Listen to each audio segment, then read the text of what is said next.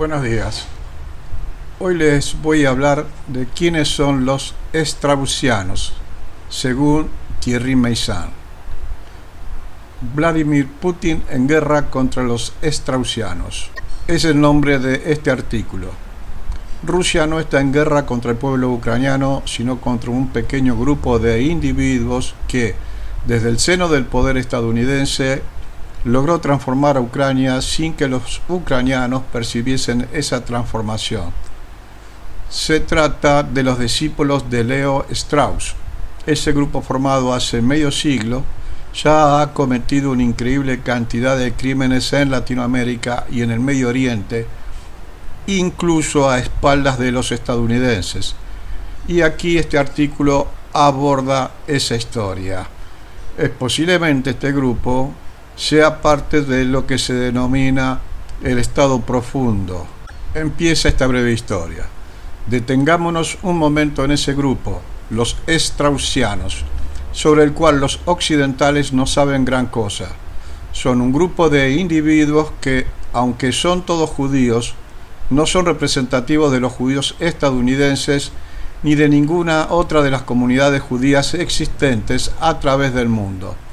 Deben la denominación de straussianos al hecho de haber sido formados por el filósofo alemán Leo Strauss, quien se refugió en Estados Unidos en el momento del ascenso del nazismo y se convirtió en profesor de filosofía en la Universidad de Chicago. Según numerosos testigos en Chicago, Leo Strauss se rodeó de un pequeño grupo de alumnos fieles a sus ideas, a quienes dispensaba enseñanzas orales, debido a lo cual no hay escritos sobre lo que él les inculcaba.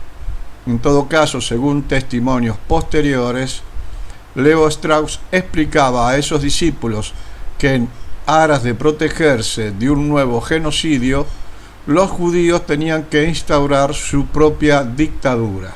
Leo Strauss llamaba a sus discípulos los hóplitas, como los ciudadanos soldados de la antigua Grecia, y solía enviarlos a sembrar el desorden en las clases de los profesores rivales.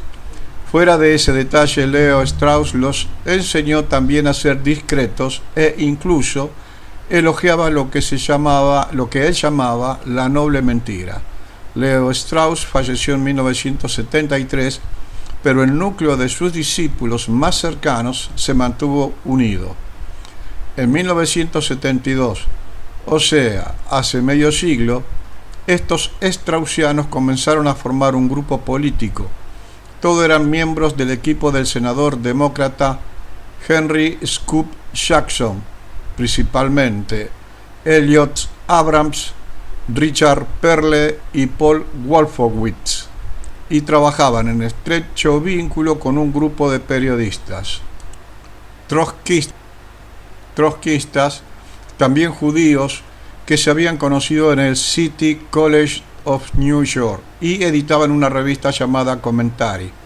Estos últimos eran llamados los New York Intellectuals, o sea, los intelectuales neoyorquinos.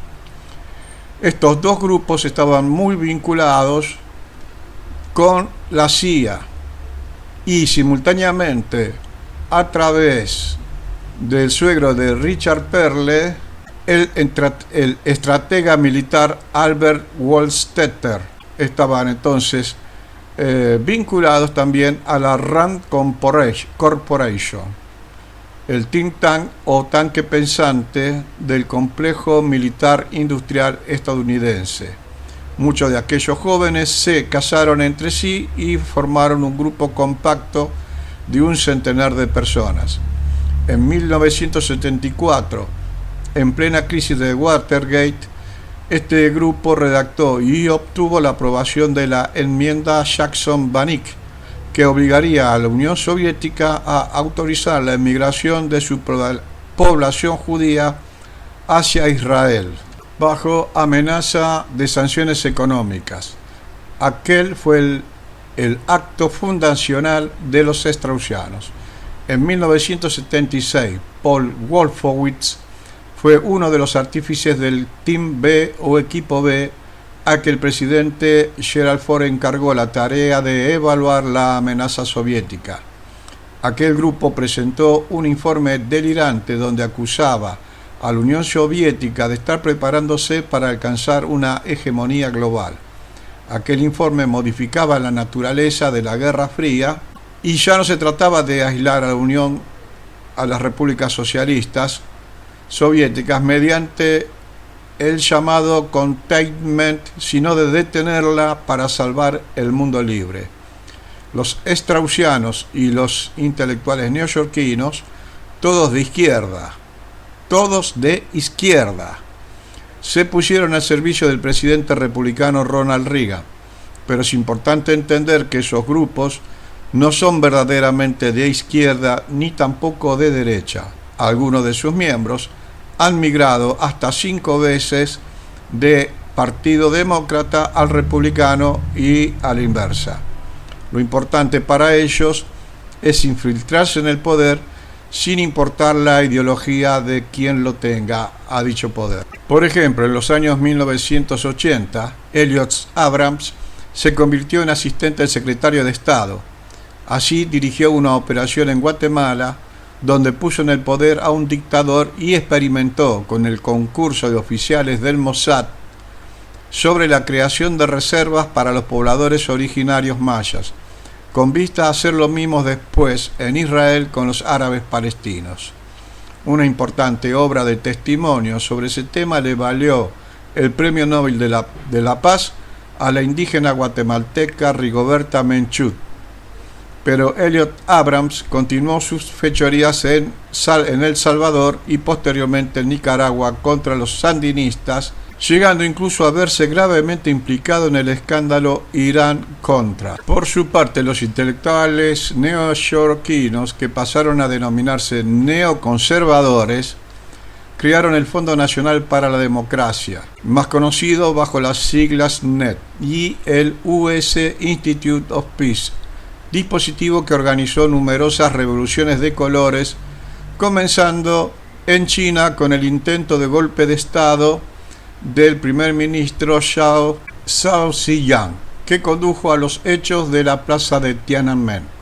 Al final del mandato presidencial de George Bush padre, Paul Wolfowitz, quien ocupaba el entonces el tercer puesto de mayor jerarquía en el Departamento de Defensa, elaboró un documento cuya idea central era que, a raíz de la desaparición de la Unión de Repúblicas Socialistas Soviéticas, Estados Unidos tenía que concentrarse en evitar la aparición de nuevos rivales, comenzando por la Unión Europea. Paul Wolfowitz concluía aconsejando la realización de acciones unilaterales, o sea, poner fin a la concentración en el seno de la ONU. Wolfowitz es sin dudas quien ideó la tormenta del desierto, la operación de destrucción de Irak que permitió a Estados Unidos cambiar las reglas del juego e imponer un mundo unilateral. Fue en esa época cuando los straussianos implantaron los conceptos de cambio de régimen y de promoción de democracias. Gary Schmidt, Abraham Shulsky y Paul Wolfowitz infiltraron la comunidad de inteligencia de Estados Unidos gracias al grupo de trabajo sobre la reforma de la inteligencia. Estos personajes criticaron la idea preconcebida según la cual los demás gobiernos razonan de la misma manera que el gobierno de Estados Unidos. Después criticaron la ausencia de conducción política de la inteligencia, afirmando que ésta se perdía en temas sin importancia en vez de concentrarse en lo que ellos consideraban realmente esenciales. Politizar la labor de inteligencia era precisamente lo que Wolfowitz ya había hecho con el equipo B y comenzó nuevamente a hacerlo con éxito en el 2002 con la Oficina de Planes Especiales, inventando argumentos para desatar nuevas guerras contra Irak y contra Irán, siguiendo así el principio de Leo Strauss, quien elogiaba la noble mentira. Durante la presidencia de Bill Clinton, los straussianos se vieron apartados del poder. Se refugiaron entonces en los think tanks de Washington. En 1992, William Kristol y Robert Kagan, el esposo de la famosa Victoria Nuland, ampliamente mencionada en trabajos anteriores de esta serie, publicaron en la revista Foreign Affairs un artículo donde deploraban la tímida política exterior del presidente Clinton y llamaban a renovar la hegemonía benevolente de Estados Unidos. Al año siguiente fundaron el Proyecto para el Nuevo Siglo Estadounidense, PNAC, en las oficinas de American Enterprise Institute. Gary Smith, Abraham Shulsky y Paul Wolfowitz aparecen como los miembros del PNC. Todos los admiradores no judíos de Leo Strauss, como el protestante Francis Fukuyama, el autor de El fin de la historia, se unen inmediatamente a ellos. En 1994, Richard Perle, convertido en traficante de armas, aparece en Bosnia-Herzegovina como consejero del presidente bosnio y el ex nazi Alija Izetbegović. Es precisamente Richard Perle quien trae de Afganistán a Osama Bin Laden con su legión árabe, antecesora de Al-Qaeda. Perle será incluso miembro de la delegación bosnia que firma en París los acuerdos de Dayton. En 1996, varios miembros del PNAC, como Richard Perle, Douglas Feith y David Wurmser, redactan un estudio en el seno del Institute for Advanced Strategic and Political Studies, por cuenta del nuevo primer ministro de Israel, Benjamin Netanyahu. Ese informe aconseja la eliminación física del líder histórico palestino Yasser Arafat, la anexión de los territorios palestinos, una guerra contra Irak y el traslado de los palestinos a Irak. El informe está inspirado en las teorías de Leo Strauss y también en las de su amigo Zeev Jakob-Timsky, el fundador del sionismo revisionista, quien tuvo como secretario particular al padre de Benjamin Netanyahu. El PNAC recogió fondos para la candidatura de George Bush hijo y publicó, antes de la segunda llegada de un Bush a la Casa Blanca, su célebre informe Reconstruir las defensas de América, donde se expresa la esperanza de que una catástrofe comparable a la de Pearl Harbor permita empujar al pueblo estadounidense a una guerra por la hegemonía global. Exactamente estas palabras fueron las que usó el secretario de Defensa Donald Rumsfeld, otro miembro del PNAC, el 11 de septiembre del 2001. Los atentados del 11 de septiembre del 2001 permitieron que Richard Perle y Paul Wolfowitz pusieran al almirante Arthur Zebrowski bajo el ala protectora de Donald Rumsfeld en el Departamento de Defensa, donde Zebrowski desempeñó un papel comparable al que Albert Wohlstetter había tenido en tiempos de la Guerra Fría. El almirante Zebrowski impuso la estrategia de la guerra sin fin, en virtud de la cual Estados Unidos ya no trataría de ganar guerras, sino solo las iniciaría para prolongarlas por el mayor tiempo posible. El nuevo objetivo sería destruir las estructuras políticas de los estados en los países designados como blancos de esa estrategia para privarlos de toda posibilidad de defenderse de Estados Unidos. Esa es la estrategia que ha venido aplicándose durante los últimos 20 años contra Afganistán, Irak, Libia, Siria, Yemen y ahora últimamente contra Rusia.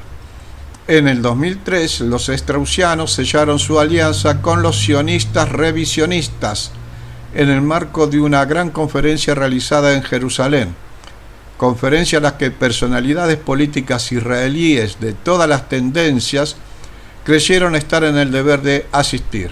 Así que nada tiene que sorprender que Victoria Nuland, la esposa de Robert Kagan, entonces embajadora de Estados Unidos en la OTAN, haya sido la persona que intervino para proclamar el alto del fuego que permitió en el año 2006 que el derrotado ejército de Israel pudiera retirarse del Líbano sin ser perseguidos por las fuerzas del Hezbollah.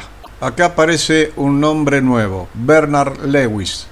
Es de los que trabajaron con los tres grupos, con los straussianos, los neoconservadores y los sionistas revisionistas. Ex agente de la inteligencia británica, Bernard Lewis adquirió las nacionalidades estadounidenses e israelí. Fue consejero de Benjamin Netanyahu y miembro del Consejo de Seguridad Nacional de Estados Unidos. A la mitad de su carrera, Bernard Lewis aseguraba que el Islam era incompatible con el terrorismo y que los árabes terroristas eran agentes soviéticos, pero después cambió de canción y comenzó a decir, con el mismo aplomo que había dicho antes, lo anteriormente dicho, que la religión musulmana predica el terrorismo. Lewis inventó la historia del choque de civilizaciones para el Consejo de Seguridad Nacional de Estados Unidos y con vista a instrumentalizar las diferencias culturales para lanzar a los musulmanes contra los cristianos ortodoxos, concepto que fue popularizado por Samuel Huntington, asistente de Bernard Lewis en el Consejo de Seguridad Nacional estadounidense. Solo que Samuel Huntington no presentó el choque de civilizaciones como una estrategia, sino como una fatalidad frente a la cual había que reaccionar. Samuel Huntington comenzó su carrera como consejero de los servicios secretos del régimen sudafricano del apartheid y después escribió un libro, Los soldados y el Estado, donde aseguraba que los militares, ya sean soldados regulares o mercenarios, son una casta aparte, la única capaz de entender las necesidades de la seguridad nacional. Después de la destrucción de Irak, los straussianos fueron objeto de todo tipo de polémicas. Todos se sorprenden entonces de que un grupo tan pequeño, respaldado por los periodistas neoconservadores, hayan logrado adquirir tanta autoridad sin ser objeto de un gran debate público. El Congreso de Estados Unidos designa un grupo de estudios sobre Irak, la llamada Comisión Baker-Hamilton, para la política de dicho grupo. La Comisión Baker-Hamilton condena, sin nombrarla, la estrategia de Rumsfeld-Zebrowski y deplora los cientos de miles de muertos que esa estrategia ya había causado. El secretario de Defensa, Donald Rumsfeld, dimite y el Pentágono sigue inexorablemente adelante con la aplicación de esa estrategia condenada pero nunca adoptada oficialmente. Ya bajo la administración de Obama, los straussianos encuentran refugio en el equipo del vicepresidente Joe Biden. El actual consejero de Seguridad Nacional de Biden, Jacob Sheikh Sullivan, desempeñó entonces un papel central en la organización de las operaciones contra Libia, contra Siria, contra Myanmar, mientras que otro consejero de Biden, el hoy secretario de Estado Anthony Blinken, se concentraban en Afganistán, Pakistán e Irán.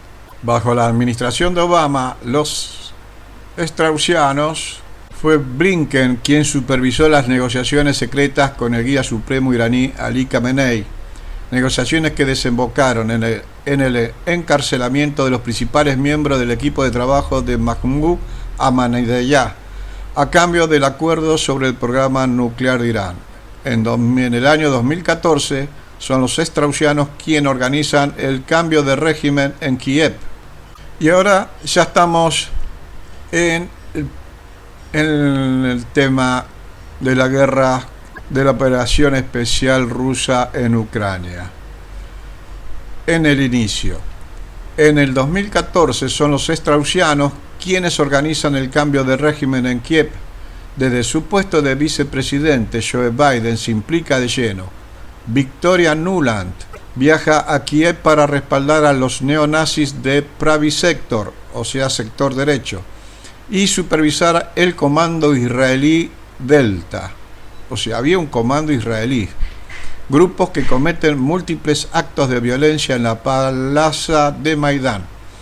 Fue en aquel momento cuando la intercepción de una conversación telefónica entre Victoria Nuland y el embajador de Estados Unidos, permitió conocer el deseo de la señora Nuland de darle por el culo a la Unión Europea, según exclamó en su conversación con el embajador, lo cual concuerda con lo expresado en el informe de Wolfowitz había redactado en 1992.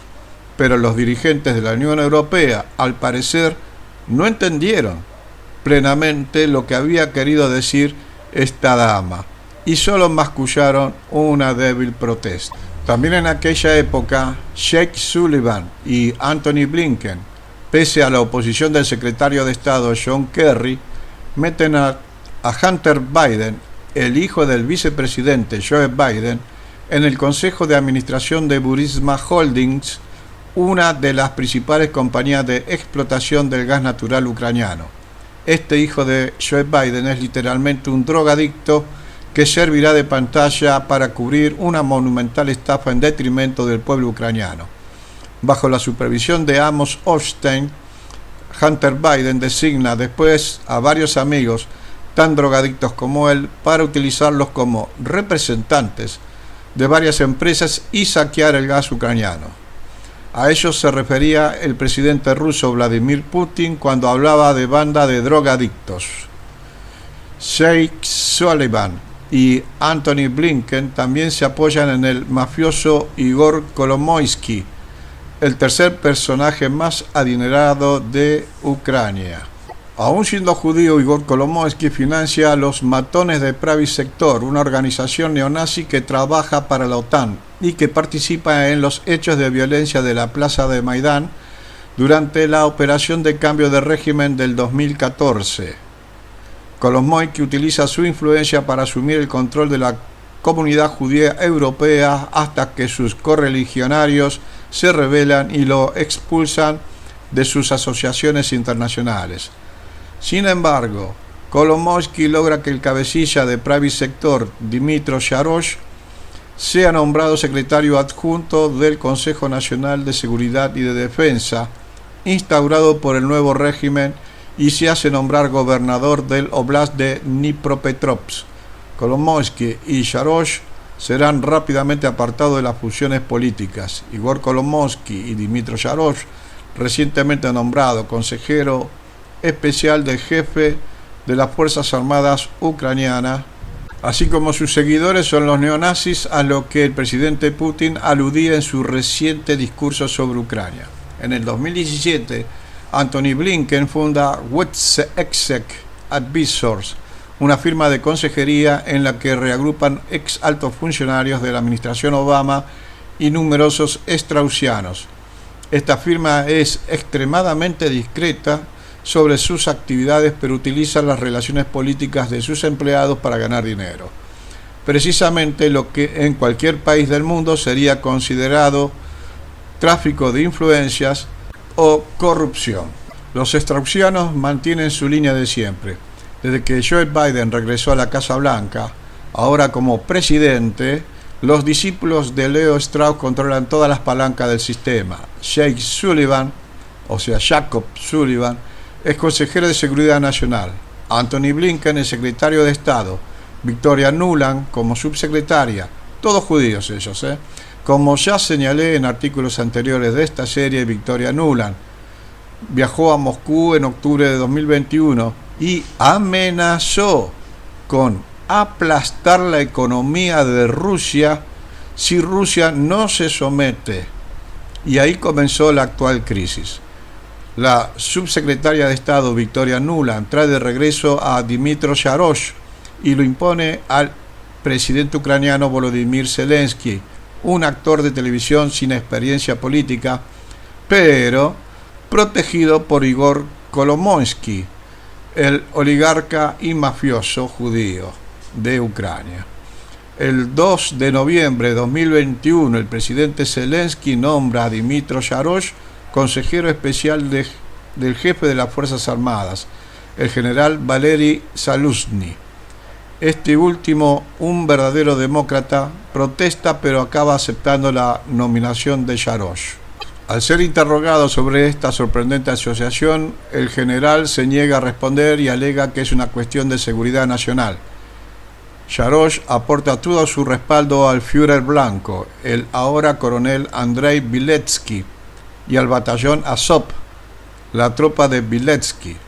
El batallón Azov es una copia de la división SS Das Reich y desde el verano de 2021 está bajo las órdenes de mercenarios estadounidenses de la antigua Blackwater. Toda la información anterior estaba destinada a lograr que ustedes sean capaces de identificar a los straussianos, lo cual hace más comprensible las explicaciones de Rusia. Liberar el mundo de los straussianos sería lo más adecuado para hacer justicia al más de 1 millón de personas que han muerto en las guerras artificialmente provocadas por estos personajes, y también para salvar innumerables vidas. Está por ver si esta intervención en Ucrania es la mejor manera de lograrlo. En todo caso, si bien los straussianos son responsables de los actuales acontecimientos, cabe destacar que quienes les dejaron las manos libres también tienen su parte de responsabilidad, comenzando por Alemania y Francia, que firmaron los acuerdos de Minsk hace 7 años y que después no hicieron nada para forzar su aplicación por parte de Kiev. También tiene su parte de responsabilidad los más de 50 estados que firmaron las declaraciones de la OSCE prohibiendo la ampliación de la OTAN más allá de la línea Oder-Neisse, pero que nunca trataron de impedir dicha expansión. Solo Israel, que acaba de deshacerse de los sionistas revisionistas, ha expresado hasta el momento una posición matizada sobre los actuales acontecimientos. Cuando digo de los sionistas revisionistas, está hablando de Benjamin Netanyahu y toda su gente. Esa es una de las lecciones que debemos aprender de esta crisis. Los pueblos gobernados democráticamente son responsables de las decisiones que sus dirigentes prepararon por largo tiempo y que han seguido aplicándose sin importar los cambios de tendencia ni la alternancia entre los partidos políticos que ejercen el poder. Este es el primero de aproximadamente 10 artículos sobre los straussianos y los estragos que le generaron al mundo. Si les gustó, pueden seguir, tocar la campanita, así se enteran cuando entra los otros informes sobre este tema. Bueno, saludos para todos, y no se olviden de darme un like y de inscribirse.